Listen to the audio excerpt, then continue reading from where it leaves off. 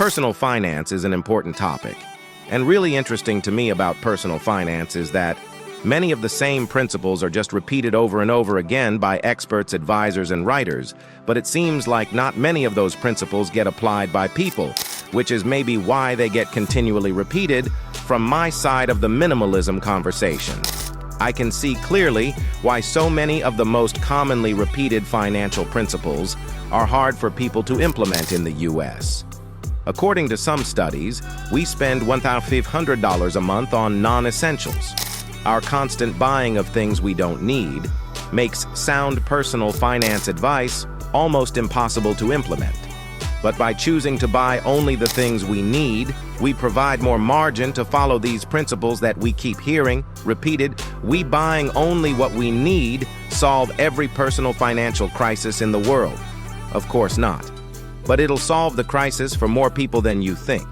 Maybe even minimalism isn't just about owning fewer things, it's about reshaping our attitudes and our habits around consumption and about finding contentment in less. This approach, as many are discovering, isn't just freeing up space in our homes, but it's paving the way for a healthier financial life. So with that being said, here are 7 almost universally recommended personal finance principles and how they become more attainable through minimalism. Number 1. Spend less than you earn. The foundation of financial wisdom is often hard to implement in practice with minimalism. Though our wants decrease and we learn better how to discern between needs and wants. And this means we naturally spend less, making it easier to live below our means. And it doesn't take long to realize that it's not a sacrifice to do. So, a second personal finance principle is to save consistently. As we limit our purchases to only what adds value to our lives, we'll find that we aren't inclined to make impulse buys. And with fewer unplanned expenditures, setting aside a consistent portion of our income becomes much simpler. Save a little bit every month.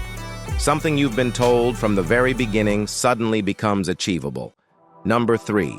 Avoid credit card debt for the first time ever. Americans hold $1 trillion in credit card debt. This is a problem. Credit card debt builds and builds and will eventually consume all of your time, money, and focus. This type of debt can be tempting, especially when we're eyeing the latest gadgets or fashion.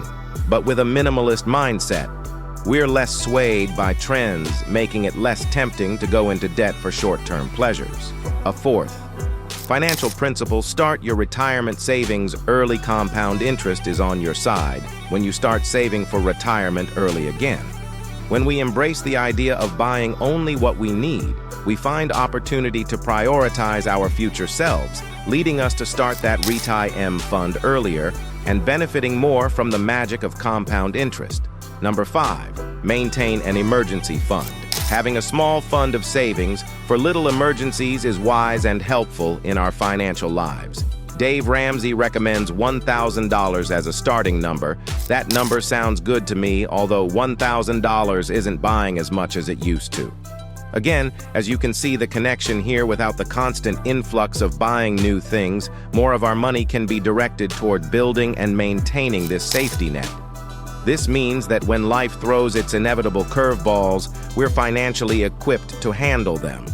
Minimalism makes these finance principles, which you've heard repeatedly, easier and easier. Let me add 2 more. Number 6, diversify your investments. Will every person who pursues minimalism have extra funds available to invest? Not necessarily, but diversify. Your investments is really common. Personal finance advice. And it's good advice. It's never a good idea to put all of your eggs in one basket. For many people who overspend, their home becomes their only long-term investment.